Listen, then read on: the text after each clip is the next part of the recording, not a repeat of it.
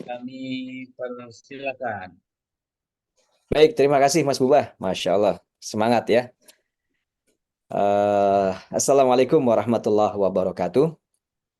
Waalaikumsalam Waalaikumsalam warahmatullahi wabarakatuh. Assalamualaikum warahmatullahi wabarakatuh. Ya, Alhamdulillah, segala puji bagi Allah. Salawat kepada Rasulullah, semoga terlimpah kepada junjungan kita Nabiullah Muhammad SAW beserta para keluarga dan juga para sahabatnya yang mulia.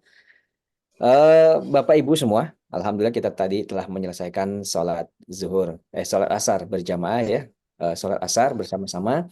Dan kita lanjutkan pada sesi yang kedua pada sore hari ini, yaitu tentang rumus kekayaan dan jalur kekayaan.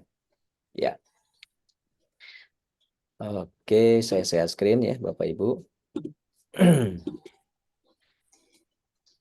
Nah,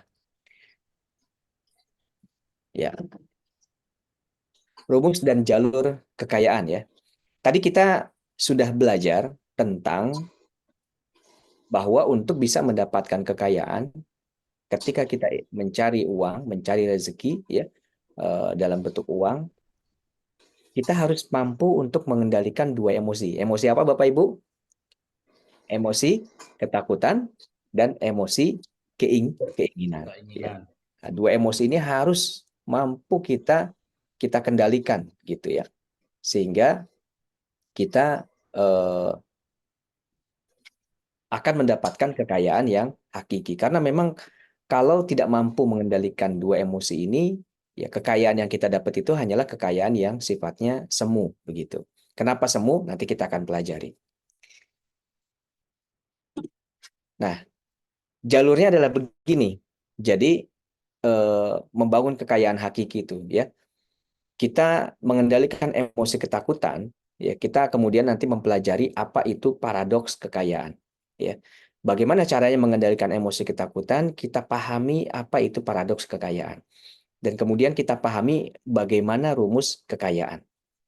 Mengendalikan emosi keinginan, kita harus mampu menguasai yang namanya finansial literasi. Ya, semuanya nanti bermuaranya ke genetika rezeki. Kenapa genetika rezeki? Karena ya di genetika rezeki itu kita ya mampu untuk bisa menemukan kekuatan diri kita. Ya, nah nanti kita bahas ya. Oke, kita masuk bagaimana caranya mengendalikan emosi ketakutan dan emosi keinginan. Kita bahas yang pertama dulu dari bagaimana mengendalikan emosi keinginan ya, yaitu dengan memiliki kemampuan ya dalam hal finansial literasi atau melek finansial. Nah, ini materi yang jarang sekali dipelajari di sekolah ya, itu baru-baru saja beberapa itu pun ya beberapa kampus ya yang kemudian memasukkan materi kemampuan finansial literasi ini gitu ya untuk dipelajari. Tapi sebagian besar ya pendidikan kita tidak memasukkan kurikulum finansial literasi dalam pendidikan sekolah gitu ya. Apalagi dalam agama ini nggak pernah dipelajari nih gitu ya. Kenapa? Ya karena memang belum menjadi fokus ya. Nah, kita di Magnet Rezeki karena kita harus ya karena kita ingin mendapatkan rezeki yang berlimpah ya, maka kemampuan finansial literasi ini perlu dan penting untuk kita pelajari. Nah, baik kita masuk ya pembahasan Bapak Ibu. Pernah nggak kepikir Bapak Ibu nih, kok bisa sih ada orang kaya yang kekayaannya terus bertambah gitu ya, terus bertambah begitu banyak, bertambah, bertambah, dan terus bertambah. Kira-kira apa faktornya?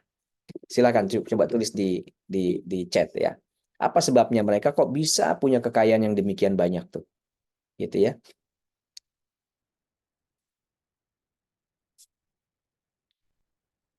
Yuk, Bu Susi siap. Oke.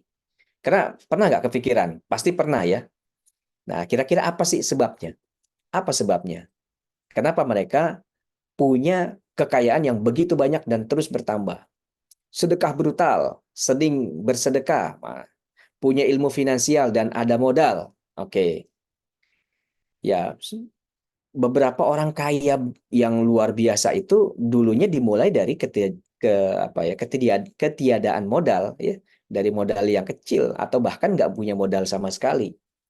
ya, tetapi mereka kemudian bisa dipercaya, ya, diberikan sebuah barang, kemudian dia lakukan penjualan dan seterusnya, akhirnya bergulir, modal apa namanya keuntungannya makin banyak, dijadikan sebagai sebuah modal dan terus akhirnya bergulung, hartanya menjadi banyak, ya.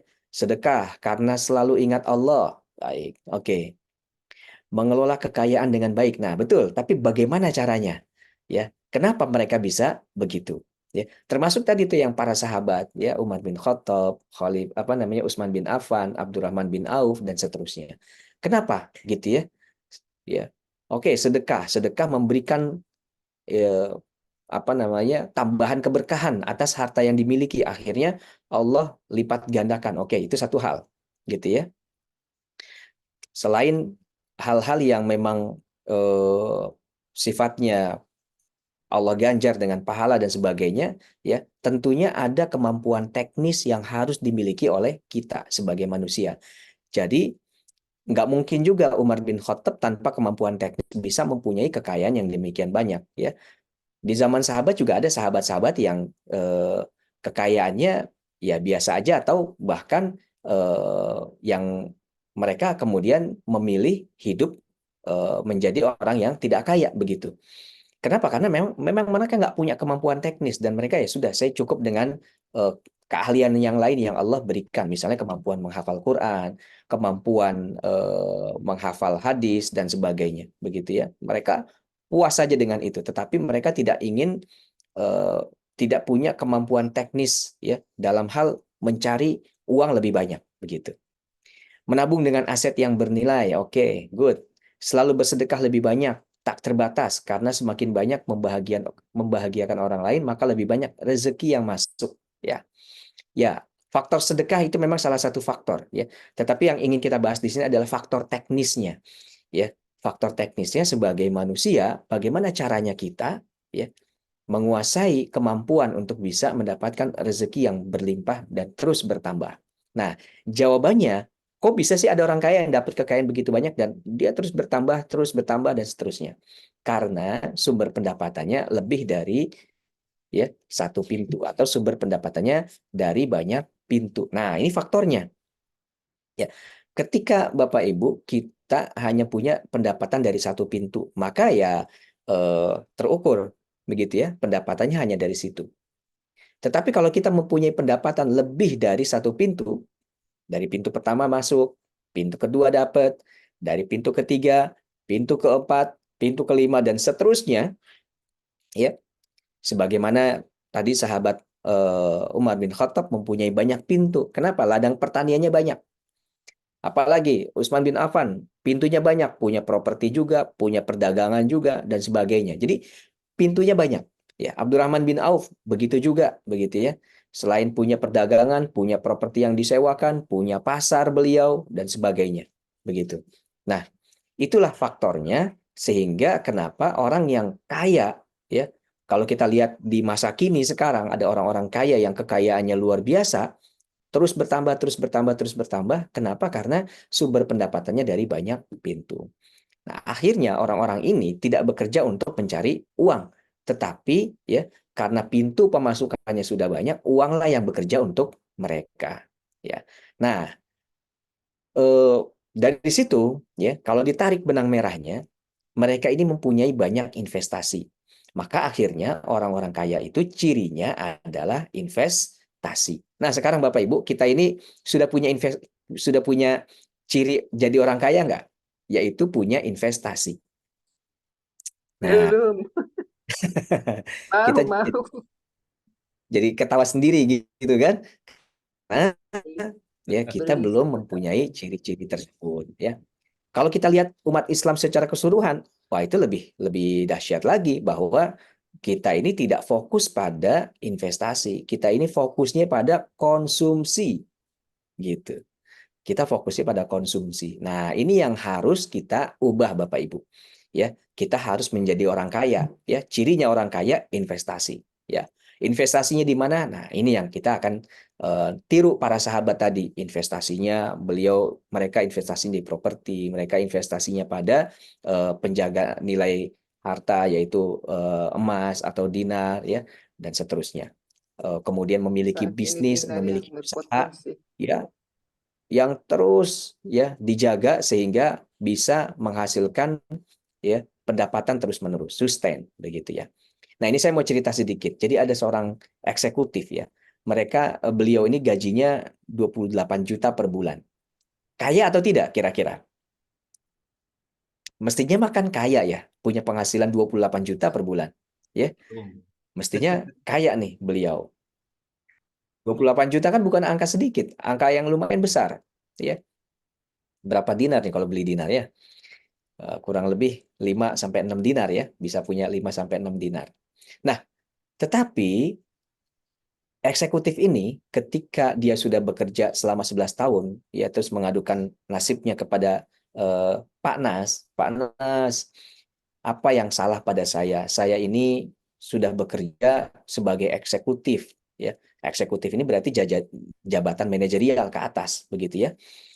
Gaji saya 28 juta per bulan Pak Nas. Saya sudah kerja 11 tahun, tapi kondisi saya saat ini saya nggak punya rumah. Rumah saya ngontrak ya.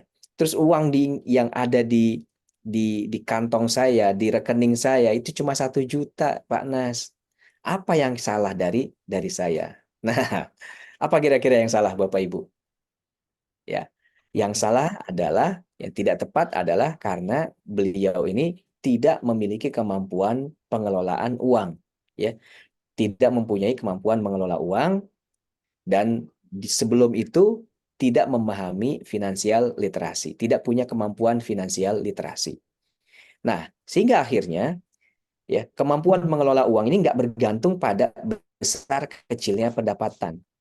Ya, tadi saya di awal saya sampaikan ada orang-orang yang sekarang itu kaya raya, ya pengusaha-pengusaha. Biasanya kalau di daerah-daerah itu di setiap kabupaten kota itu jelas sekali ada orang-orang yang kaya dan bisa dilihat historinya, sejarahnya. Dulu dia itu merangkak dari kecil, ya nggak punya apa-apa, kemudian jadi punya toko, jadi punya bisnis, sekarang punya misalnya usahanya bis, usahanya ruko, usahanya properti, usahanya macam-macam gitu ya. Padahal dulunya ya pendapatannya bisa jadi nol, ya tidak mempunyai apa-apa, tidak mempunyai modal bahkan. Ya. Nah, kemampuan mengelola uang nggak bergantung pada besar kecilnya pendapatan. Ada orang tadi yang saya ceritakan eksekutif itu, ya dia besar pendapatannya, tapi nggak punya kemampuan mengelola uang. Ya, makanya akhirnya nasibnya berbeda. Maka Bapak Ibu, ayo kita melek finansial. Betul Pak Asep ya, tidak ada financial planning tadi itu. Gitu ya. Bu Evi sudah mulai berinvestasi ya, investasi kebun sawit, rumah walet ya, burung walet ya. Wih, rumah burung walet ini mantap ini. Dan juga kuliner, tapi rezekinya belum sampai. Apa sebabnya? Nah, ini yang nanti perlu dicari tahu Bu Evi. Kenapa sudah punya kebun sawit, punya rumah walet, punya kuliner, tapi rezekinya, uangnya nggak nyampe ke Bu Evi. Nah, ini kan ada faktor. Ya, nanti ya perlu diperdalam tuh, begitu. Oke, kita masuk dulu, Bapak Ibu. Kita coba melek finansial ya. Jadi ada 3 tipe cash flow di dunia ini ya, dalam cash flow-nya setiap manusia. Ada cash flow-nya yang pertama, cash flow-nya orang yang mentalnya tidak kaya ya atau miskin ya. Kemudian ada yang cash flow-nya mental orang kelas menengah, ada yang cash flow-nya orang mental orang kaya gitu ya. Kira-kira kita masuk di tipe yang mana Bapak Ibu? Apakah sudah masuk di ciri-ciri cash flow-nya orang mentalnya orang kaya? Ya, tadi nggak punya investasi. Berarti kalau belum punya investasi, belum masuk tuh ya di tipe cash flow orang yang mentalnya mental kaya gitu ya. Oke, ya kita nanti sama-sama belajar. Kita lihat. Sebelum masuk ke situ nih, kita pelajari dulu apa yang namanya income statement dan juga balance sheet. Income statement itu pernyataan atau apa bukan pernyataan ya. Jadi ya gampangnya ya catatan, bukan catatan juga sih, antara pemasukan dan pengeluaran. Ya, biasanya kita itu cuma ngitung pemasukan kita berapa, pengeluaran kita berapa. Dihitung pemasukan bulan ini 10 juta misalnya, pengeluaran bulan ini 9 juta, maka ada saldo 1 juta. Oke, kita punya tabungan 1 juta buat bulan depan. Ya. Kemudian bulan depan penghasilannya 11 juta, pengeluarannya 12 juta, ya. Maka yang bulan kemarin 1 juta kepake misalnya. Dan seterusnya. Itu namanya income statement, ya. Kalau di dalam perusahaan income statement ini selalu ada namanya laba rugi. Nah, tadi itu ya, Bu siapa tadi, Bu Evi ya. Ya, perlu dicek Bu Evi, income statement-nya seperti apa ya di usahanya. Di rumah waletnya, kebun sawitnya, kulinernya, punya nggak catatan income statement? Ya. Nah, biasanya juga umumnya kita itu hanya fokus di income statement saja. Ya. Kita punya pemasukan berapa, pengeluaran berapa, masih defisit. Bagaimana cara nyarinya, nyari uangnya lagi dan seterusnya. Hanya fokus di situ. Padahal ada yang namanya balance sheet. Ya, balance sheet itu kalau dalam keuangan namanya neraca, ya. Kalau income statement namanya laporan laba rugi, gitu. Nah, balance sheet itu terdiri dari kolom aset di sebelah kiri dan kolom liabilitas, kolom beban di sebelah kanan. Jarang sekali atau hampir ya sebagian besar umat Islam, sebagian besar dari kita tidak memahami apa itu balance sheet. Kita hanya taunya uang masuk, uang keluar tok gitu. Kita nggak memahami apa itu balance sheet, ya. Nah, jadi disinilah yang perlu sekali kita pelajari, ya. Yang di sini yang perlu kita pelajari, ya. Balance sheet kita harus punya, income statement kita sudah paham, ya. Sampai di sini sudah paham Bapak Ibu, ya. Ya, oke. Ada pertanyaan, apa sih aset, apa sih liabilitas? Ya, apa sih aset, apa itu beban? Nah, begini. Bapak Ibu, aset itu adalah sesuatu yang bisa menambah pemasukan. Jadi, kalau kita memiliki aset, maka sifatnya aset ini akan menambah pemasukan kita. Dan kebalikannya, liabilitas adalah sesuatu yang bisa menambah pengeluaran. Ya, sesuatu yang bisa menambah pengeluaran. Jadi kalau kita punya sesuatu, usaha, barang, ya, yang dia menambah pengeluaran, maka dia namanya liabilitas. Bisa dipahami Bapak Ibu? Ya. Nah, sekarang periksa deh tuh di dalam isi rumah kita. Banyakkan aset bisa menambah pemasukan atau banyakkan liabilitas yang bisa nambah pengeluaran.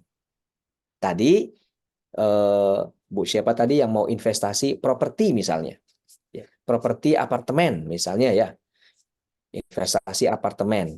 Apartemen itu ya ada apartemen yang bisa menjadi aset, ada apartemen yang hanya jadi liabilitas, gitu. Ya, oke. Sebelum ke situ, saya mau jelaskan dulu. Saya misalnya begini ya, Bapak Ibu, ada seseorang memiliki mobil Alphard, ya, saya nyebut merek ya, mobil harga 1 miliar lah ya, misalnya ya.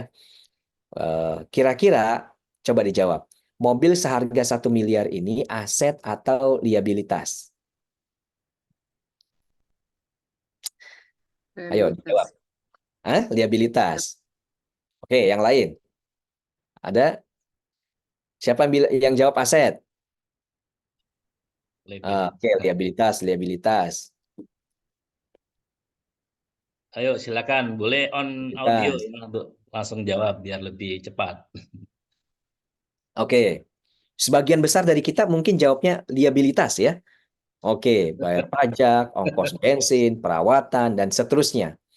Iya, misalnya kita punya mobil harga 1 miliar ini, ya, mobil harga 1 miliar ini dipakai sebulan sekali, ya, buat jalan-jalan sama istri, anak, gitu ya. Terus nanti bulan depan, ya, harus servis. Servisnya mungkin sekitar 5-10 juta sekali servis. Kemudian setiap harus bayar pajak, ya. Pajaknya bisa belasan juta. ya STNK-nya, ya pajak STNK. Kemudian nilainya beli awalnya 1,3 miliar, ya tahun depan kalau mau dijual turun harganya jadi 1,1 miliar, ya. Ya, dipakainya cuma kadang-kadang cuma buat jalan-jalan gitu ya. Ya, cuma buat apalagi kalau nauzubillah ya. Moga-moga Allah hindarkan kita dari situ, cuma digunakan untuk pamer begitu ya. Nah, itu menjadi liabilitas. Nah, betul nih kata Pak Yoli, jadi aset jika disewakan. Ada orang punya bisnis, ya bisnisnya memang penyewaan mobil. Dia belilah mobil Alphard karena ada orang-orang yang misalnya pejabat-pejabat kalau ke daerah atau orang-orang penting atau seseorang yang perlu diservis, ya diberikan pelayanan prima, ya diberikan mobil Alphard ya, ya dengan cara ya nyewa aja karena dipakainya juga cuma sekali-sekali, nyewa dari penyedia penyewaan mobil Alphard ya.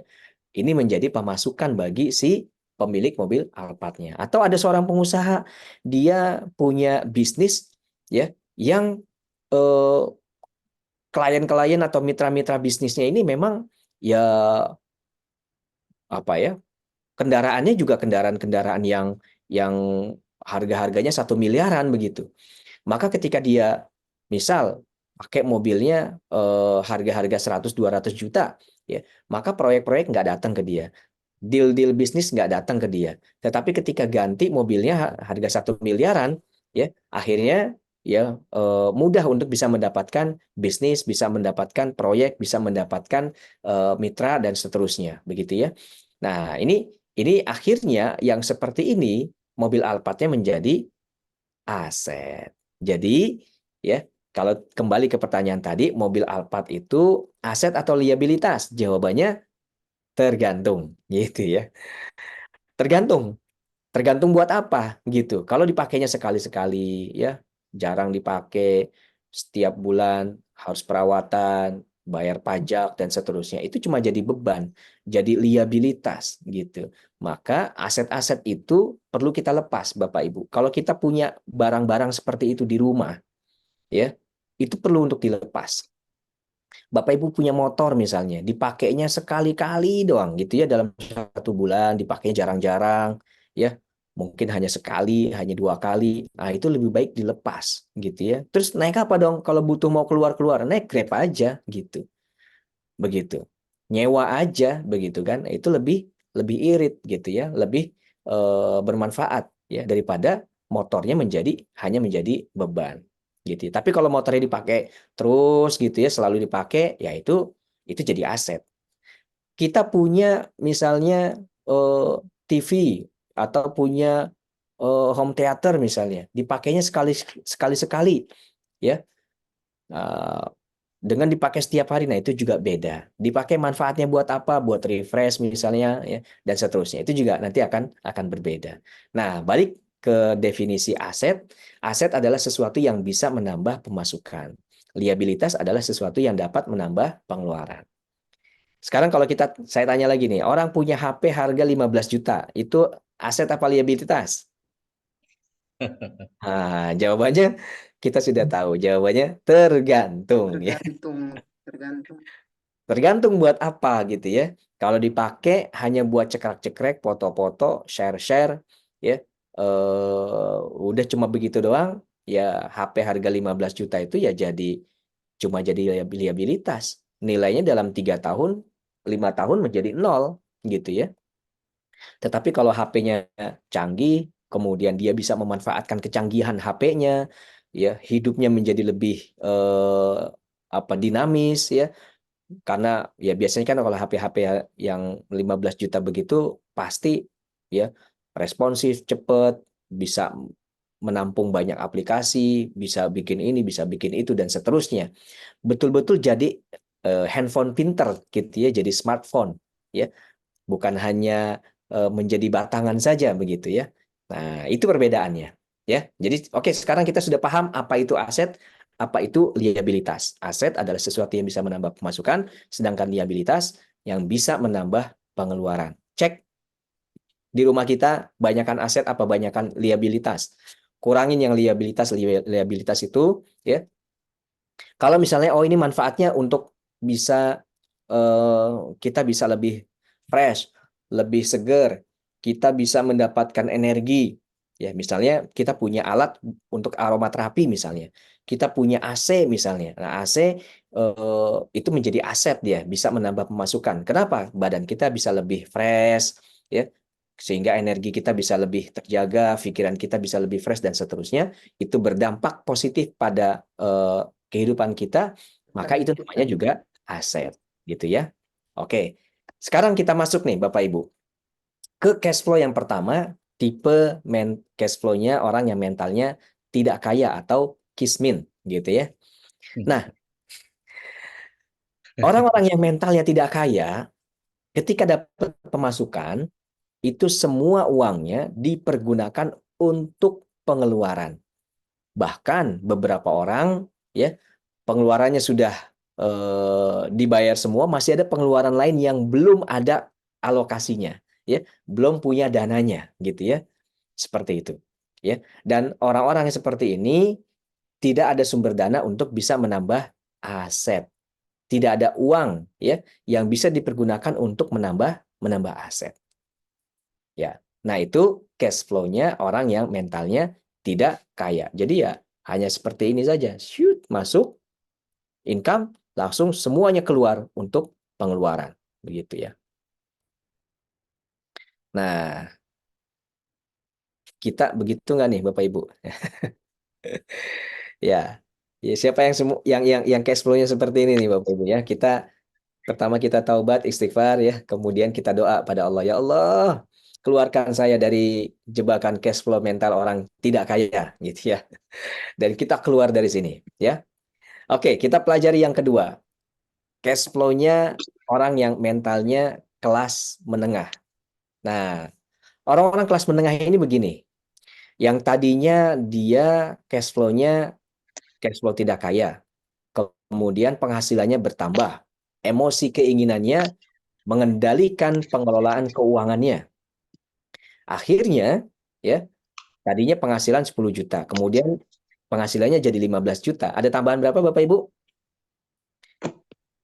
Ada tambahan 5 juta rupiah.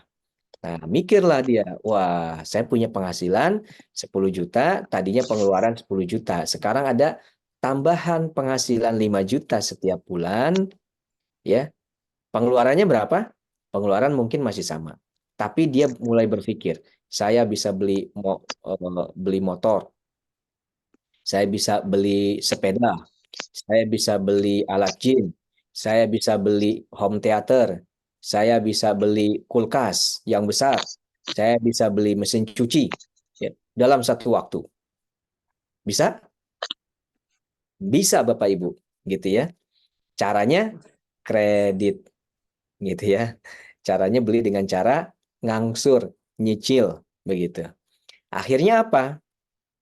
Maka bulan depan ketika barang-barangnya di rumah sudah ada nilainya dibeli itu dengan harga 60 juta tuh semuanya. 60 juta nilainya. Cicilan setiap bulannya 5 juta misalnya. Ya. Nah, kira-kira kalau orang sudah punya cicilan, yang pertama kali difikirkan ketika terima pemasukan, buat apa? Pasti yang Lunasi pertama utang. kali dipikirin untuk bayar cicilan. Betul nggak? Betul. Ya, makanya grafiknya dari punya penghasilan, income, kemudian masuk dulu ke pembayaran beban-beban. Ya, bayar angsuran, bayar cicilan gitu ya. Ya, setiap uang yang masuk dibayarkan terlebih dahulu untuk tagihan dan cicilan. Ya, bahayanya nanti ketika cicilannya terus bertambah, ya. Tambah banyak lagi, akhirnya ya, sisanya baru dipergunakan buat pengeluaran. Ada nggak yang seperti ini? Banyak. Banyak banget. Banyak sekali orang-orang yang seperti ini, gitu ya. Betul. Tadi contoh yang eksekutif gajinya 28 juta itu mentalnya, cash flow-nya kelas menengah, ya. Punya banyak beban, punya banyak cicilan, kartu kredit. Pakai kartu kredit tuh enak loh, gampang, ya. Tinggal gesek, mau narik duit juga bisa, mau belanja apa, gitu ya. Apalagi sekarang ya penyedia kartu kredit itu agresif nawarin. Ya, saya memang punya kartu kredit, tapi hanya saya pergunakan untuk ya sebagai alat bayar. Kan ada beberapa ya pembelian-pembelian yang membutuhkan pakai kartu kredit ya, maka saya pakai itu. Gitu ya. Atau kemudahan cashless gitu ya. Saya nggak pegang uang cash ya, maka saya pakai kartu kredit. Nah, bank itu selalu nelpon tuh ya. Dalam 1 bulan mungkin ada belasan kali tuh nelpon saya. Gitu ya. Pak Mujahid, ya, Bapak mendapatkan fasilitas. Wih, mendapatkan fasilitas kan enak. Apa tuh fasilitasnya? Ya, fasilitas pinjaman tanpa angsuran. Bukan, pinjaman tanpa agunan, ya. KDP. KDP Itu Kemah agunan Akbar. bukan angsuran ya. Astagfirullahaladzim. Astagfirullahaladzim. Kalau tanpa angsuran kan nggak nyicil ya. Nah, pinjaman tanpa agunan gitu ya. Bapak Agunan dapat betul fasilitas nih sekarang 25 banyak. juta, terserah Bapak mau pakai buat apa, Pak. Ya, mau buat renovasi rumah, mau buat beli barang, mau buat modal usaha, terserah Bapak gitu. Ya, seolah-olah enak begitu ya. Tetapi kan habis itu harus mikirin bayar cicilan, apalagi ya kalau bank apa namanya, kalau kartu kredit ternyata kan lebih banyak penyedia kartu kredit itu banknya bank konvensional ya. Maka nanti terlibat dengan bunganya dan seterusnya gitu ya. Nah, orang-orang yang kelas menengah akhirnya terjebak pada pola-pola seperti ini gitu ya. Saya saja sudah belanja ya. Biasanya kan kalau belanja, kalau kalau laki-laki belanjanya Tokopedia, kalau saya pakai Tokopedia. Kalau perempuan banyak pakai Shopee gitu ya. Nah, saya habis belanja nih, belanja barang. Kemudian masuk SMS gitu ya. Mau nggak ubah transaksinya? Tadinya saya selalu bayar cash. Saya selalu bayar cash. Ya. Kemudian ditawarin, mau nggak ngubah transaksi cashnya jadi dicicil 12 kali gitu ya, dan seterusnya ya. Penawaran-penawaran itu selalu ada gitu ya. Nah, buat orang-orang yang mentalnya kelas menengah kejebak, dipakai nih fasilitas-fasilitas seperti ini. Akhirnya dia terlibat dengan liabilitas ya. Nah, orang-orang yang seperti ini dia tidak akan sukses, tidak akan mendapatkan keberkahan dari rezeki yang diberikan kepadanya. Kenapa? Karena pikirannya selalu ingin menambah ya keinginan-keinginan ya. Kan yang seperti ini nggak berkah gitu ya. Dan seperti ini ya Allah tidak suka begitu. Kenapa? Karena ya ingin terus menambah keinginan-keinginan ya, seolah-olah mah gampang gitu ganti mobil, gampang ganti mobil gimana ya, kan kredit nyicil ya. Kalau sekarang sih ya kita yang sudah magnet rezeki hindari gitu ya beli dengan cara kredit-kredit gitu ya. Kita pengen belinya dengan harga cash gitu ya, supaya apa? Yes. Kita nggak mikirin Amin, amin, amin. liabilitas begitu ya. Mau beli motor cash, beli barang cash, beli mobil cash gitu ya. Nah, Dinar cash. beli dinar cash ya. Amin, amin, amin. Ya Allah. Nah, ditambah dengan ilmu magnet rezeki ya lebih gampang lagi insya Allah gitu ya. Oke, Bapak Ibu, kita sudah belajar dua pola tadi. Dua tipe cash flow. Yang pertama, cash flow-nya orang tidak kaya dan cash flow-nya orang yang mentalnya kelas menengah. Sekarang saya kasih kuis nih. Mohon dijawab Bapak Ibu ya, siap ya. Bulan ini dan bulan sebelumnya pendapatannya 10 juta per bulan. Pengeluarannya 9 juta per bulan. Kemudian ada sisa kan, ada tabungan besarnya 1 juta rupiah. Ya kan? Nah, kemudian bulan depannya pendapatannya naik menjadi 50 juta. Ya, kira-kira ya orang-orang yang sudah belajar nih ya finansial literasi. Berapa nih uang yang akan ditabung? Berapa Bapak Ibu? 51 juta, 39 juta, 39. 39. Oke, 39. berarti pengeluarannya 11 juta. Oke, mana lagi? Siapa lagi? Silakan jawab.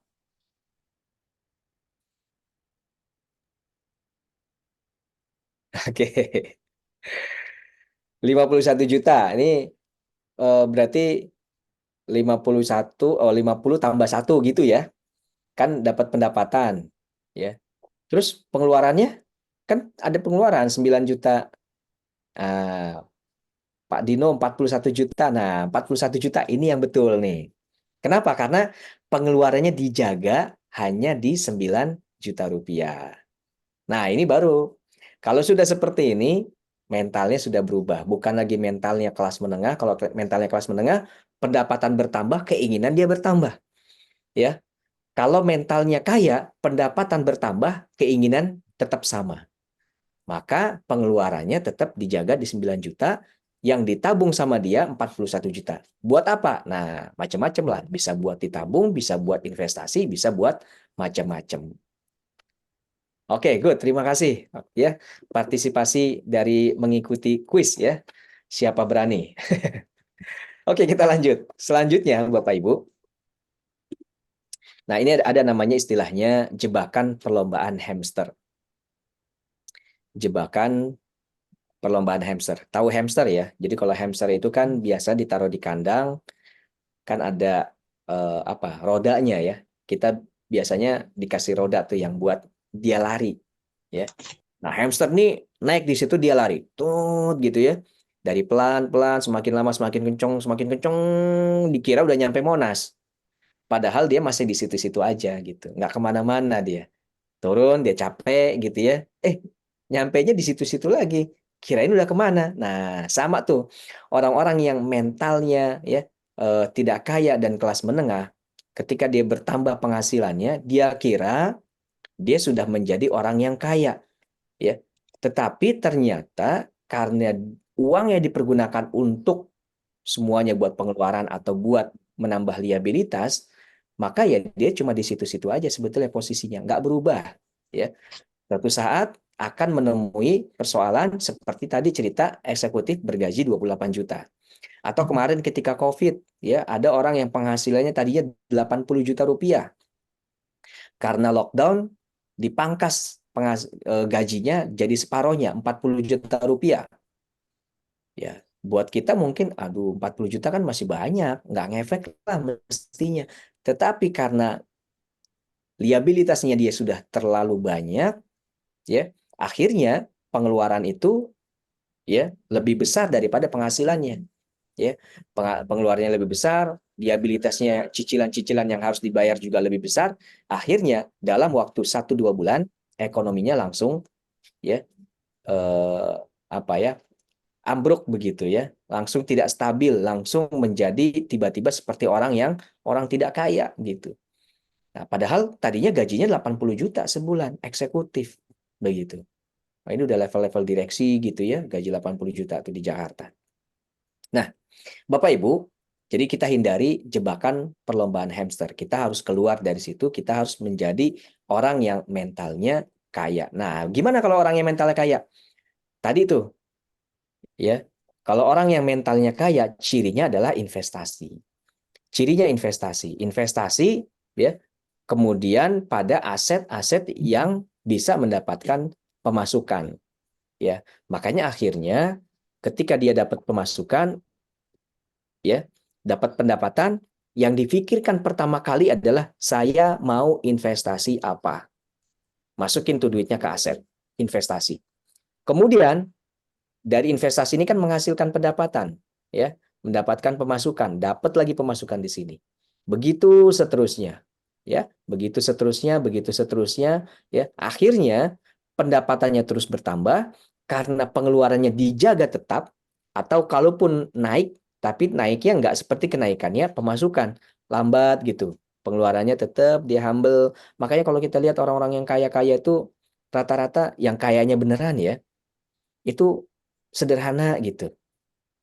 Kalau masih bisa naik motor, kenapa mesti naik mobil? Gitu. Seperti itu.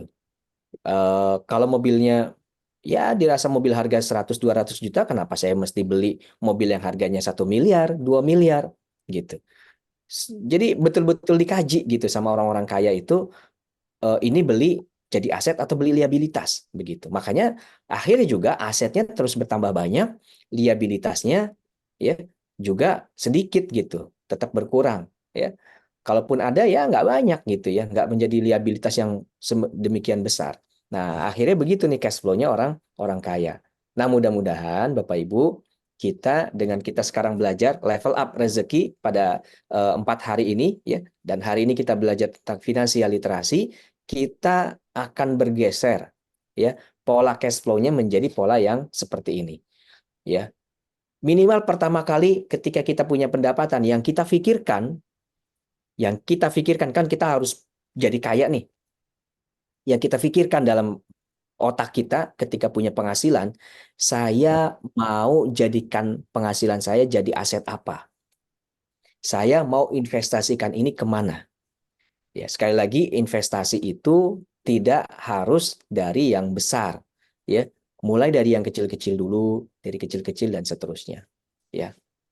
Cerita tentang orang yang berangkat haji, ya, dengan cara menabung dinar gitu ya, kecil-kecil, itu juga, ya, dia berarti mindsetnya sudah punya mindset kaya, meskipun pekerjaannya hanya tukang becak begitu. Tapi karena saya harus berangkat haji. Gimana caranya berangkat haji?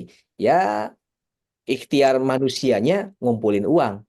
Tapi berangkatnya dari Allah. Entah nanti berangkatnya gimana. Ternyata, ya, uang mah ditabung. Ada nih tabungannya.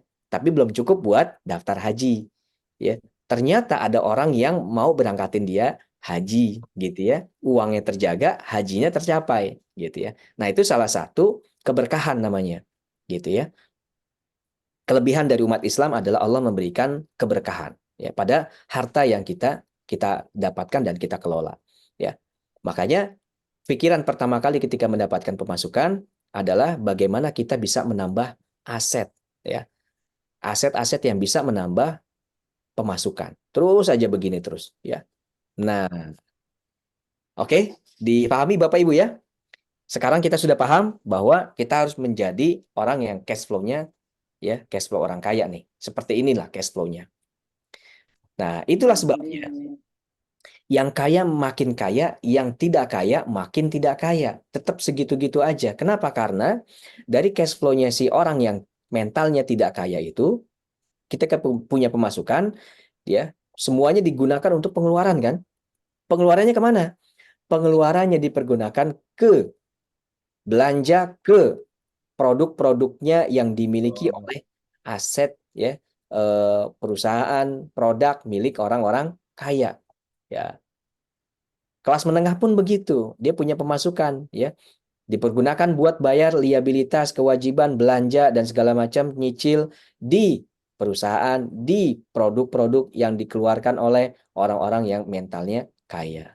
Terus punya lagi pengeluaran, pengeluarannya kemana? Buat beli, ya, barang-barang, buat beli produk, buat belanja di, ya, produk-produk yang dikeluarkan oleh orang-orang kaya, ya. Nah, si orang kaya ini dapat keuntungan dari situ, akhirnya menambah pemasukan, ya, beli lagi aset lagi, nambah lagi pemasukannya, begitu seterusnya. Nah, inilah yang menjawab pertanyaan pertama tadi, kok bisa sih ada orang kaya yang pendapatannya terus bertambah, semakin kaya, semakin kaya, semakin besar gitu ya, sedemikian banyak begitu. Nah, itulah ya yang kaya bisa menjadi makin kaya. Kenapa? Karena ya cash flow-nya seperti itu. Umar bin Khattab cash flow-nya sudah cash flow orang kaya. Utsman bin Affan cash flow-nya juga sudah cash flow orang kaya. Abdurrahman bin Auf itu sudah ya cash flow-nya orang kaya ditambah dengan kemampuan manajerial, bisnis, ya, kemampuan berdagang, kemampuan inovasi dan seterusnya, begitu ya. Nah, Bapak Ibu, yuk kita sama-sama bergeser polanya menjadi pola cash flow orang kaya. Ini kata Bill Gates, jika Anda terlahir tidak kaya, itu bukan kesalahan Anda. Tapi nanti jika Anda meninggalnya dalam keadaan tidak kaya, itu baru kesalahan Anda. Ya, kenapa? Karena semua orang nggak bisa memilih mau dilahirkan di mana dan dalam keadaan miskin atau tidak kaya, ya, ataupun dalam keadaan kaya. Orang nggak bisa milih, ya, begitu. Orang nggak bisa milih, ya. Nah, Bapak Ibu, eh,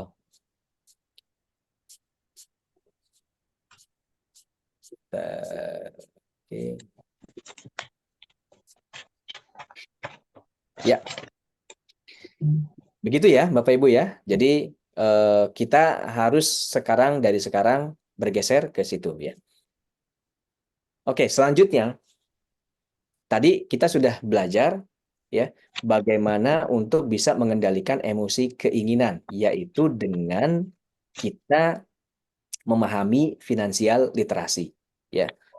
Orang-orang yang sudah belajar melek finansial, sudah memiliki kemampuan finansial literasi, ya, sudah belajar sudah belajar finansial literasi, maka dia akan mudah untuk bisa mengendalikan emosi keinginan, ya.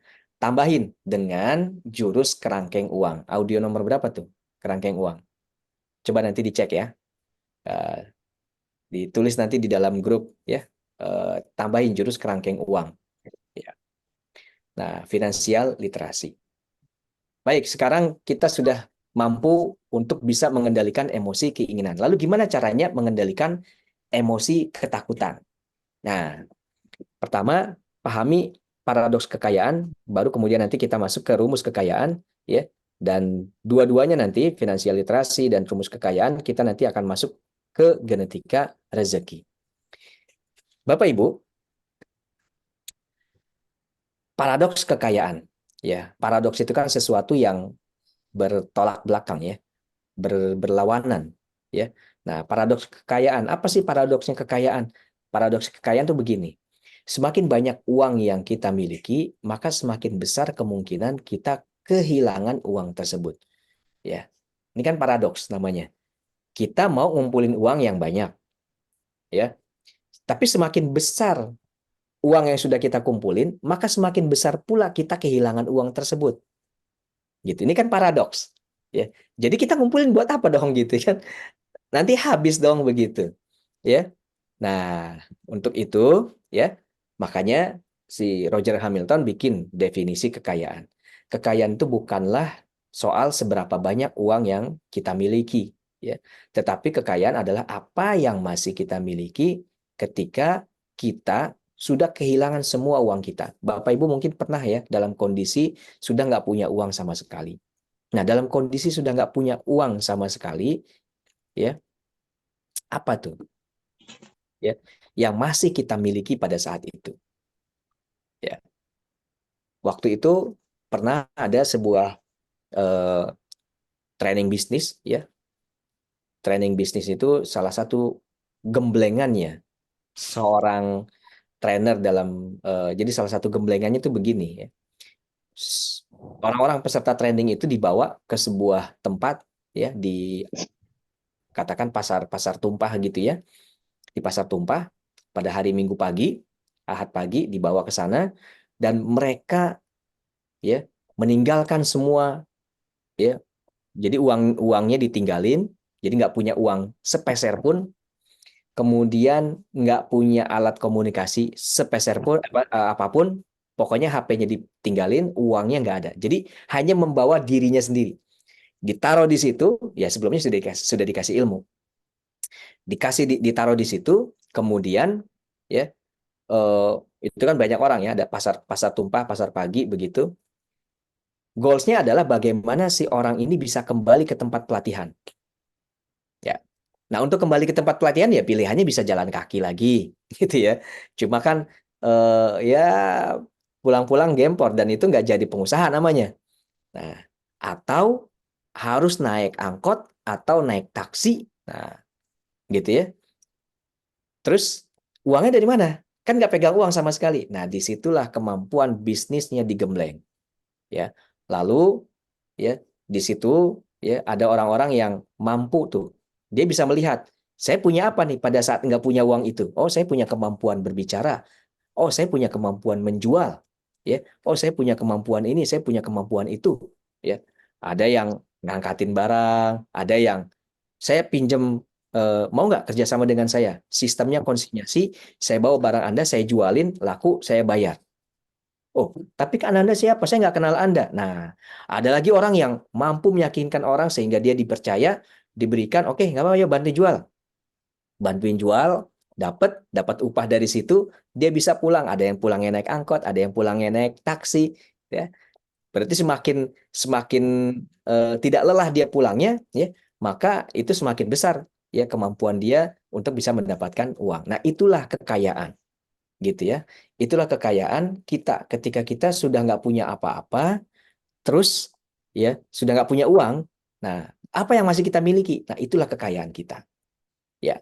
Nah, Bapak Ibu, ya, kalau uang itu, ya, kalau uang itu ibarat ya mengejar kupu-kupu. Kalau kita ini kan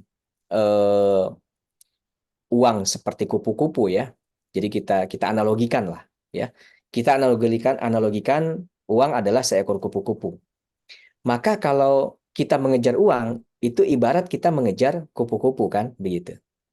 Ya, kita mengejar kupu-kupu. Ada kupu-kupu satu, bagaimana caranya kita mengejar kupu-kupu? Kalau pakai tangan kosong nggak dapat. Kita pakai raket apa pakai jaring tuh, jaring yang buat tangkap serangga. Kita ambil, dapat tuh, gitu ya. Terus gimana nih? Ya, kupu-kupu ini kita apain? Ya, paling sudah kita pegang dia terbang lagi. Nah, itulah ya sifatnya uang. Sifatnya juga sementara, dia akan keluar lagi. Coba dicek di dompet Bapak Ibu, ada nggak uang yang dari tahun lalu uangnya masih itu? Nomor serinya masih itu?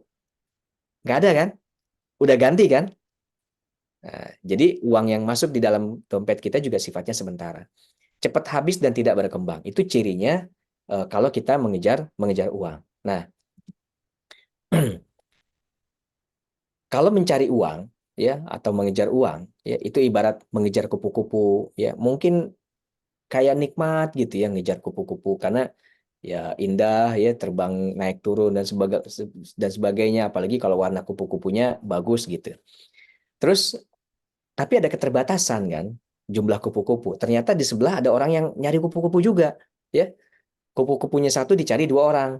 Ternyata ada 10 orang yang nyari juga. Nah, terjadilah persaingan, sikut-sikutan. Ya, itulah makanya kemudian ada ketika tender, sikut-sikutan proses tender atau berkarir di perusahaan, ya, berlomba-lomba mencari muka kepada atasan, ya, dan seterusnya. Ya, jadi terjadi persaingan, ya, ada persaingan yang sifatnya sehat, ada yang tidak sehat dan seterusnya. Terus kalau kita punya kupu-kupu, mau kita lihat terus-menerus, ya mesti kita masukkan ke dalam sangkar. Ya, nah, kita masukin ke dalam sangkar. Kalau satu oke. Terus kita pengen misalnya punya 1.000 ekor kupu-kupu di dalam sangkar. Kita pengen main sama ya 1 ekor. Kan kita mau ngambil tuh. Ketika kita buka pintunya, kita takut, kita cemas, kita khawatir kupu-kupu yang lain ikut terbang. Dari jumlahnya 1.000 berkurang jadi 900 ya dan seterusnya. Nah, itulah kalau kita hanya mengejar uang. Ya, yang harus kita lakukan Bapak Ibu adalah membangun kekayaan. Kalau tadi ya mencari uang itu ibarat mengejar kupu-kupu, sedangkan membangun kekayaan itu ibarat membangun taman. Kalau kita bikin taman, kupu-kupu yang datang, gitu ya. Kupu-kupu datang, dia datang ke taman kita, akhirnya setiap waktu akan ada terus ya kupu-kupu. Kupu-kupunya ganti. Tadinya warnanya kuning, sekarang coraknya ganti, ungu, hitam, ganti lagi ada merah, hijau gitu dan seterusnya. Ya. Tapi selalu ada kupu-kupu. Nomor serinya tadinya ini uangnya, terus ganti lagi nomor seri yang berbeda, ganti lagi nomor seri yang berbeda. Nah, itu ya permanen ya. Uang dalam kantong kita sifatnya permanen. Dan kalau kita membangun kekayaan ya kekayaan kita, uang kita akan terus bertambah dan juga akan terus berkembang ya. Nah, jadi kalau kita membangun kekayaan, membangun taman ini akan mengundang kupu-kupu. Nah, itu perbedaan antara kita mengejar uang dan membangun kekayaan. Sekarang kita mau tetap mengejar uang atau kita mau berubah menjadi membangun kekayaan? Tentunya kita maunya membangun kekayaan, ya. Kita sudah nggak perlu lagi mencari uang. Yang perlu kita lakukan adalah bagaimana kita membangun kekayaan. Nah, tadi tuh paradoks kekayaan itu kan semakin banyak uang yang kita miliki, maka semakin besar kemungkinan kita akan kehilangan uang tersebut. Nah, jadi yang harus kita miliki adalah kita membangun kekayaan, ya. Ibarat tadi membangun taman, ya. Ketika kita sudah punya tamannya, maka kita akan selalu yakin kupu-kupu akan selalu datang, Iya nggak? Pasti datang kan kupu-kupu ke taman, ya. Nggak mungkin kan kupu-kupu nggak datang ke taman karena memang dia mencari apa namanya kembang gitu dan seterusnya.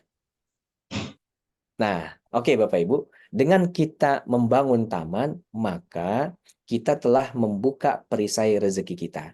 Ya, apa tuh perisai-perisai rezeki? Ya, kalau cari uang tuh kan perisai rezeki yang eh, kita langgar, ya, sikut-sikutan, dosa dengki pada harta orang lain, dosa melakukan perbuatan tercela, bohong misalnya, menipu dan lain-lain, dosa tamak atau serakah, dosa panjang angan-angan dan seterusnya. Ini dosa-dosa yang muncul kalau kita mencari uang. Tetapi kalau kita membangun taman, maka kita terhindar dari perisai-perisai rezeki yang seperti ini. Siap Bapak Ibu, ya? Maka kita harus membangun taman, ya. Nah, langkah berikutnya ketika kita sudah membangun taman adalah bagaimana cara kita mengairi taman Anda, ya, mengairi taman kita. Ini masih perumpamaan ya. Kita kan ingin membangun kekayaan, jadi kita ingin membangun taman, ya. Langkah berikutnya ketika tamannya sudah ada, bagaimana cara mengairinya, ya. Kan taman ini harus dapat pengairan, ya. Bagaimana kalau tamannya kecil mungkin nggak apa-apa, tapi kalau tamannya ribuan meter atau hektaran atau puluhan hektar, artinya kekayaannya udah besar nih. Gimana caranya nih? Ya supaya taman ini terus senantiasa mendapatkan suplai air. Ya. Nah, gimana kalau kita ini punya penyiram otomatis, ya tanda kutip, untuk menyirami, ya, taman kita. Nah, tentunya kan kalau sudah punya taman otomatis, kita ini tinggal duduk-duduk santai aja kan. Kita duduk santai, kita nggak perlu siram-siram itu taman, ya. Nanti dia akan tumbuh sendiri, besar sendiri, cantik sendiri, kupu-kupu akan datang sendiri gitu ya, dan seterusnya. Kita tinggal duduk manis, menikmati kupu-kupu datang sambil nyeruput kopi, pisang goreng. Aduh, udah mau buka puasa nih, gitu ya. Nah, seperti itu ya. Nah, pertanyaannya, kita mau ya dapat pengairan dari yang mana nih? Dari saluran irigasi atau dari anak sungai, atau kita punya sungai yang lebar ya yang melewati taman-taman kita, kebun-kebun kita. Yang mana kira-kira Bapak Ibu? Ya, dalam Besar. surat Nuh ya, itu kan disebut tuh wa yumditkum bi anwalin wa banin wa yaj'al lakum jannat wa yaj'al lakum anharo ya. Diberikan rezeki berupa anak ya, dan seterusnya. Kemudian ada kebun-kebun ya dan sungai-sungai ya yang ada di dalamnya. Jadi kalau punya kebun saja tapi tanpa sungai ya itu kurang ya. Kenapa? Karena nanti PR-nya adalah gimana cara mengairinya gitu kan. Nah, sekarang kita kalau pengen mendapatkan rezeki yang besar dan berlimpah, kita harus punya sungai yang lebar. Betul sekali. Oh, air hujan Pak Dino, kalau air hujan musiman, Pak. Ya, ya kan? Kalau sungai itu kan selalu ngalir dia airnya karena ada mata air di atas pegunungan, gitu ya. Ada mata air di atas pegunungan. Jadi kita harus punya sungai yang lebar, ya. Nah, oke, kita pengen pengairan dari sungai yang lebar. Air sungai ini kan sumbernya dari gunung ya, gunung yang tinggi. Artinya ada ketinggian, ya, ada ketinggian, ya, dan ada lebarnya sungai. Ya, ini saya masih pakai perumpamaan ya, Bapak Ibu ya. Kita pengen punya taman, ya. Kita ingin punya kekayaan, maka kita ibarat membangun taman. Taman yang luas yang kita miliki ini harus diairi, ya. Airnya dari mana? Dari sungai yang lebar. Sumbernya dari mana? Dari gunung, ya. Nah, jadi kalau semakin lebar sungainya, berarti debit air yang lewat itu semakin banyak. Uang yang mengalir semakin banyak. Ya, kalau sungainya landai, aliran airnya pelan, betul nggak? Tapi kalau sungainya curam, ya, artinya gunungnya tinggi, ya, sungainya kan curam nih. Aliran airnya deras. Nah, kan kita pengen mendapatkan aliran uang ya yang banyak, artinya sungainya lebar dan deras ya. Terus gitu kan, aliran airnya deras ya. Berarti gunungnya tinggi. Nah, disitulah makanya kita coba rumuskan nih dengan rumus kekayaan. Ya, rumus kekayaan adalah value dikali dengan leverage. Ya, wealth atau kekayaan adalah value dikali dengan leverage. Value-nya apa? Value-nya adalah sungai yang lebar.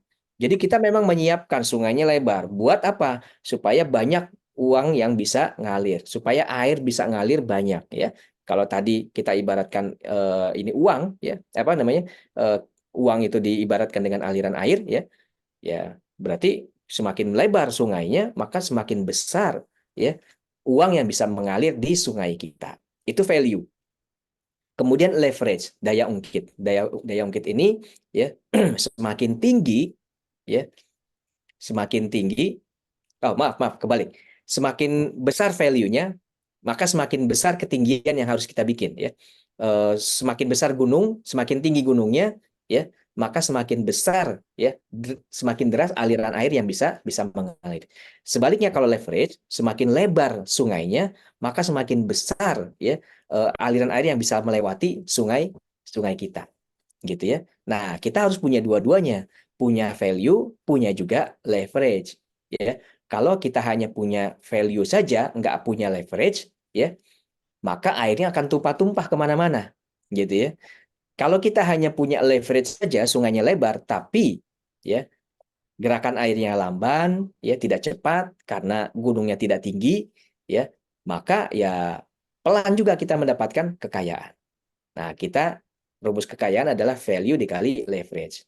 Ya, apa itu value? Oke, value ibarat kita memperbesar ketinggian gunung, ya. Kita memperbesar value kita, nilai kita. Semakin tinggi maka semakin besar kemiringan dari sungainya tersebut, ya. Semakin miring maka semakin deras aliran sungainya, semakin deras aliran uangnya. Semakin besar value, semakin besar aliran uangnya.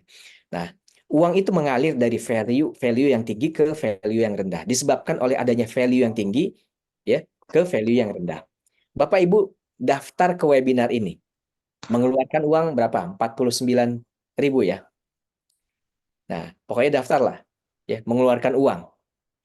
Ya. Ketika Bapak Ibu memutuskan oke, saya mau ikut webinar level up rezeki, artinya mengeluarkan uang dari kantongnya ya. 49.000 itu 99.000 ya. Saya nggak ngikutin soalnya kemarin. Mengeluarkan uang 99.000 itu ya, berarti value dari webinar ini lebih tinggi daripada nilai uang yang 99.000 itu. Saya ulangi ya. Ketika Bapak Ibu mendaftar diri Anda untuk ikut webinar ini, maka value-nya webinar ini lebih tinggi daripada nilai uang 99.000. Ya. Oke. Kalau misalnya nilai webinar ini harganya 1 juta nih, terus Ibu punya uang 1,5 juta, tapi masih mikir, kayaknya sayang ikutin webinar level up rezeki 1 juta, uang 1 juta ini bisa saya pakai buat yang lain. Berarti value-nya webinar ini lebih rendah daripada uang senilai 1 juta buat Ibu, begitu. Begitu ya, bisa dipahami ya. Nah, begitupun kita ketika kita mendapatkan order, dapat rezeki, ya, dapat misalnya barang kita laku terjual. Itu kenapa? Karena value kita lebih tinggi. Tadi tuh Bu Evi ya punya toko, tokonya nggak rame. Ya, ketika tokonya nggak rame bisa jadi value dari tokonya itu tidak tinggi yang membuat orang enggan untuk mampir ke situ. Nah, itu yang perlu dicari tahu. Bagaimana caranya meningkatkan value-nya. Gitu ya. Oke. Kuncinya ya cuma ada 2. Lakukan inovasi ya atau manfaatkan timing ya. Buat orang-orang yang Bapak Ibu kan mungkin sekarang sudah banyak tes-tes MBTI ya. Nanti dilihat di situ MBTI. Nilai apa namanya? Kemampuan mainnya apa? Apakah di intuitif ataukah di sensori? Ya, kalau Anda di intuitif, maka gunakan kemampuan intuitif Anda ya dalam melakukan inovasi-inovasi. Kalau Anda lebih banyak, lebih condong di sensori, ya, sensing, sensori, maka gunakan, manfaatkan waktu-waktu, ya, timing-timing yang tepat untuk bisa melakukan peningkatan-peningkatan value, ya. Jadi value itu meningkat berdasarkan timing, ya, pemanfaatan waktu. Ya, kalau orang-orang intuitif, value itu meningkat dengan dilakukannya inovasi-inovasi, begitu ya. Oke, kita lanjut. Leverage ini daya ungkit, ya. Ibarat tadi memperlebar sungai. Semakin lebar maka semakin banyak air yang bisa dilewati di sungai tersebut. Semakin lebar leverage-nya, semakin banyak uang yang bisa mengalir. Kuncinya bagi orang-orang introvert, ya, itu lakukan multiply, ya, penggandaan. Kalau ekstrovert lakukan magnify, ya, pembesaran. Ya, itu kuncinya, ya. Anda yang introvert lakukan multiply, Anda yang ekstrovert lakukan magnify. Gimana caranya tahu? Tes MBTI, ya. Untuk tahu nanti apa gitu ya, ekstrovert atau introvert. Ya, tadi kalau untuk value apakah intuitif atau sensori, begitu ya. Nah, ini contohnya. Steve Jobs ini memfokuskan untuk meningkatkan value dari produknya yang bernama Apple dan membangun ekosistemnya sendiri, ya. Ya, software sekaligus hardware. Jadi semua produk-produknya Apple value-nya tinggi-tinggi, ya, sudah dikenal dengan value yang sangat tinggi dan orang berani membayar value tersebut gitu. Nah, sedangkan Bill Gates fokus pada leverage, memfokuskan untuk fokus pada software Microsoft dan melipat gandakan.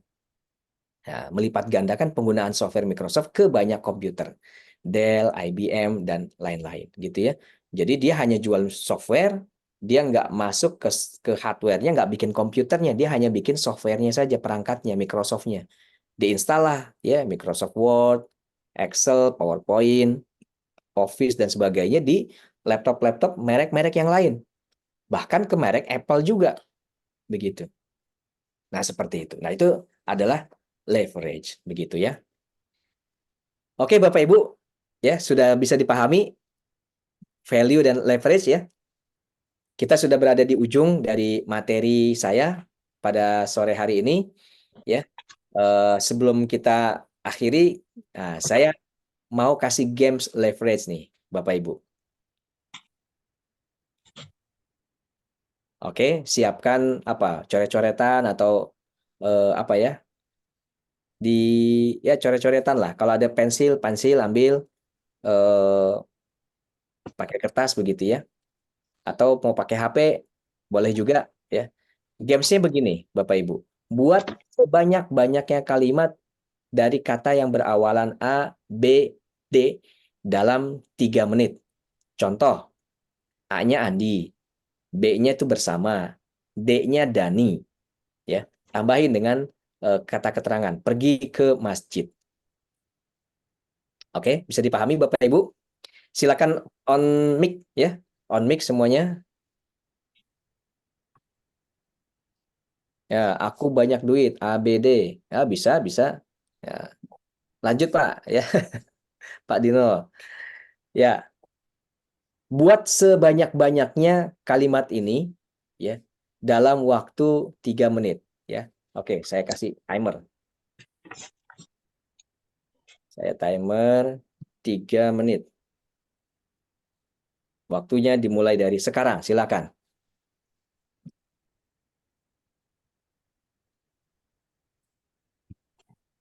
Ya.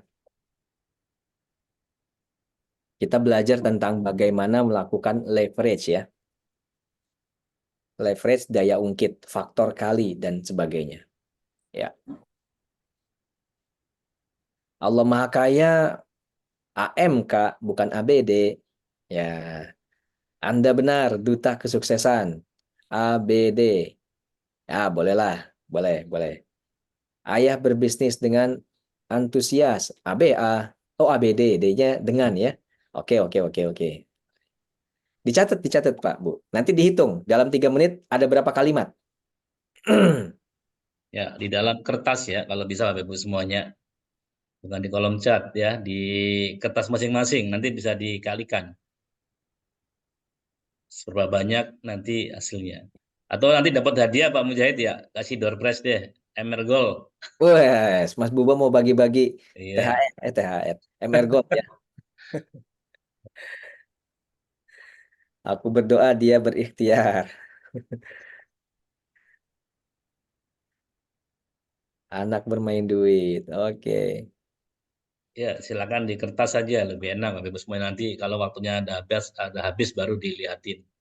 Alisa bangun dari tempat tidur. Dihitung ya Bapak Ibu ya, berapa kalimat yang sudah berhasil dibikin ya. Waktunya 1 menit lagi. 1 menit 18 detik.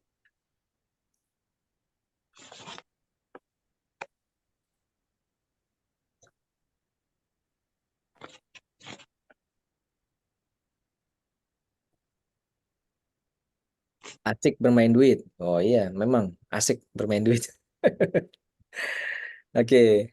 Ayah bekerja di luar negeri. Oke. Aku berada di dermaga. Siap. Nungguin kapal ya. Awali baca doa. Bisa. Waktunya 40 detik lagi.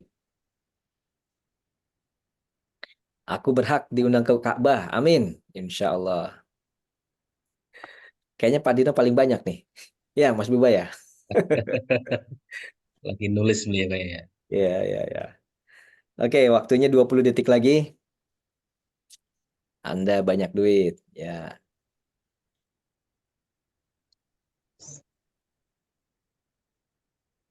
10 detik lagi. Aku banyak duit. Oke. 3, 2, 1. Tuh. Oke, waktunya habis. Oh, Pak Yoli tuh banyak juga itu di kolom chat. Coba dihitung Bapak Ibu. Coba dihitung. Ya. Coba dihitung. Ada nggak yang dapat 100 kalimat? Ada nggak yang dapat 100 kalimat? Udah selesai. Udah Oke, selesai cukup, kegiatan. cukup. Coba dihitung. Ya, Ada berapa selesai. kalimat yang berhasil dibikin? Bu Bagiati hanya 2. Oke. Bu Evi 3 saja. Bu Titi 5. Ya, sejauh ini yang paling banyak 5. Oke. Siapa lagi? Banyak. Ada nggak yang Saya, lebih banyak? Ya, saya dapat 5. 3, 5. Oke, Bu Titi dan Bu Mita paling banyak saat ini berhasil 5. Berapa Bu Siti tadi? Bu Siti berapa Bu Siti? 5. 5 juga, Bu Oh, Siti. 5.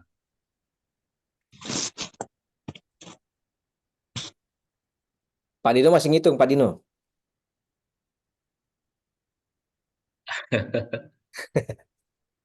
Oh, Oke, 9. 9. Kayaknya paling banyak Pak Dino ada 9 nih. Ada yang lebih banyak dari 9?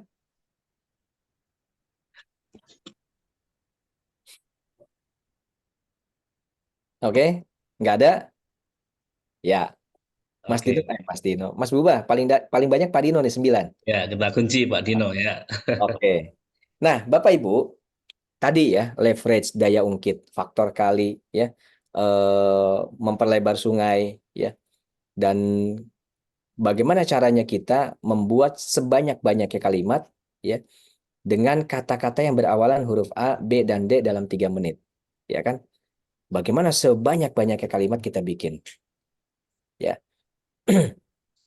Ya, silakan Bu Lailatur. Ya, ini udah mau habis juga ini. Dikit lagi, paling 5 menit kita selesai. Nah,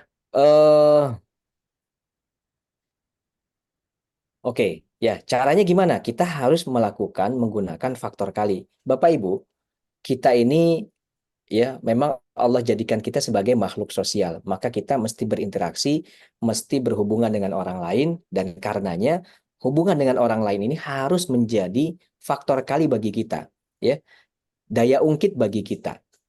Ketika kita bertemu orang lain, 1 tambah 1 bukan hanya jadi 2, tetapi jadi 11, jadi 100, jadi 10.000, begitu. Ya. Ketika kita berada dalam sebuah komunitas magnet rezeki, maka jadikan komunitas magnet rezeki ini sebagai sebuah daya ungkit bagi Bapak Ibu. Ya. Sehingga akhirnya ya komunitas magnet rezeki ini bisa juga menambah gitu ya penghasilan, pundi-pundi dan juga rezeki kita gitu ya. Nah, namanya faktor kali. Gimana sih faktor kali itu? Kalau saya bikin begini, A-nya, jadi saya bikin A. A itu Andi, Ardi, Abdullah, Arsan, Ardian, Arfian, Alfian, Abdurrahim, ya, Abdurrahman, ya, Abdul Basit, ya, semua 90 Asmaul Husna yang lain, ya. Abdul Karim, Abdul Majid, ya, dan seterusnya. Ya, Asmaul Husna saya tambahkan di situ. B-nya bersama bareng, gitu ya. D-nya Dani, Danu, Diana, Dilan, Doski, Dadan, Duki, Dosman, Dorma, Diman, Dimin, Dosa. Ya. Kemudian pergi dan atau mampir ke, ya, keterangannya ke masjid, musola, pasar, mal, stasiun, terminal, Ancol, Bandung, dan 500 nama kabupaten kota di Indonesia. Jadi saya bisa bikin Andi bersama Dani pergi ke Aceh Singkil. Ardi bareng Danu mampir ke musola. Ardi bareng Diana ya pergi ke pasar. Abdullah bareng Diana pergi ke stasiun, pergi ke Bandung, pergi ke Aceh, Aceh Besar, pergi ke Morotai ya dan segala macam. Nah, dari situ ya kalau dibikin angkanya ya dari huruf A saya bisa bikin 99 kata, dari huruf B saya bisa bikin 2 kata, dari huruf D saya bisa bikin 12 kata, dari pergi ke atau mampir ke 2 kata, dari keterangan ya bisa 509 kata. Tinggal kita kalikan saja semuanya ya, maka dari kalimat berawalan huruf A, B, dan D dalam 3 menit saya bisa bikin sebanyak 2.418.768 kalimat. Ya, dipahami Bapak Ibu? Ini yang namanya faktor kali, gitu ya. Ini yang namanya faktor kali. Kalau kita hanya bikin satu kalimat satu-satu, ya seperti tadi, maka kita tidak akan mampu untuk membuat banyak kalimat.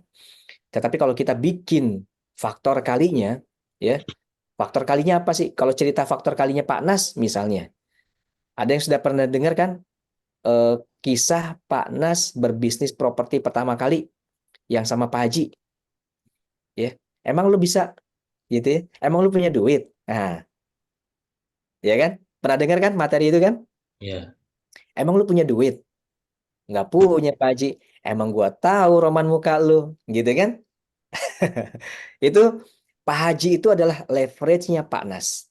Ya, daya ungkitnya Pak Nas. Pak Nas itu nggak punya tanah, Pak Haji punya tanah, ya. Tapi Pak Nas punya value, lakukan daya ungkit, leveraging dengan si Pak Haji ini. Pak Haji mempercayakan tanahnya ke Pak Nas, dilakukanlah, ya. Jadikanlah sebuah bisnis properti, jadilah perumahan, jadilah Pak Nas punya pendapatan, punya keuntungan, dikelola untuk proyek berikutnya lagi. Nah, itu namanya daya ungkit. Ya. Magnet rezeki punya juga nih komunitas yang jumlahnya ya ratusan ribu orang, mungkin jutaan barangkali sekarang orang-orang yang sudah pernah menikmati ya. Saya waktu berapa hari yang lalu ya jalan ke Bogor di sebuah perumahan tidak sengaja itu menabrak trotoar pinggir rumahnya yang dibikin dengan dari batu, terus kemudian orangnya keluar. Saya lagi pakai baju MR gitu ya. Terus si yang ini ya setelah ngelihat kejadian gitu ya, terus ngobrol, Bapak dari MR? Iya Pak, saya punya tuh Pak bukunya, gitu ya.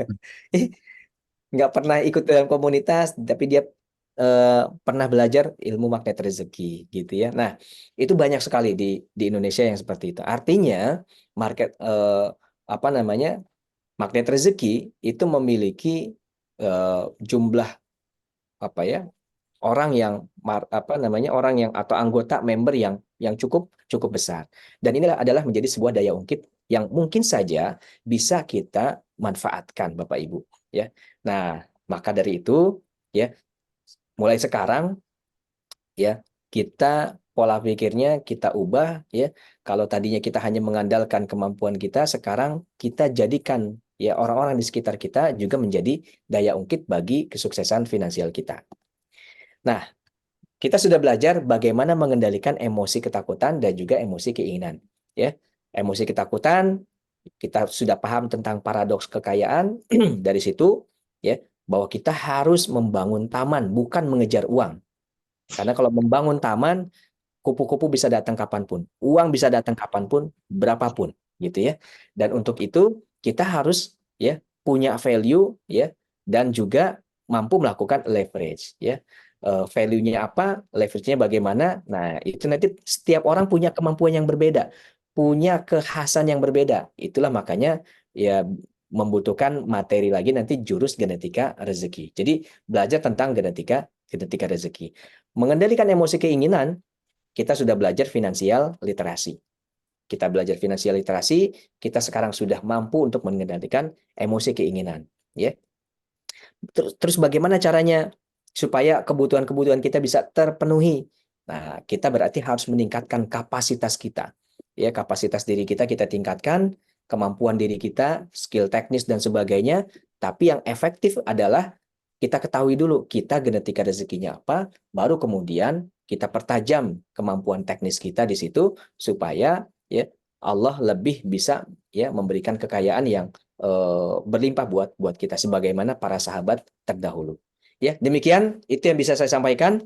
Terima kasih atas waktu dan juga atensi dari Bapak Ibu semua untuk mendengarkan materi yang kedua pada sesi kedua ya pada hari ini.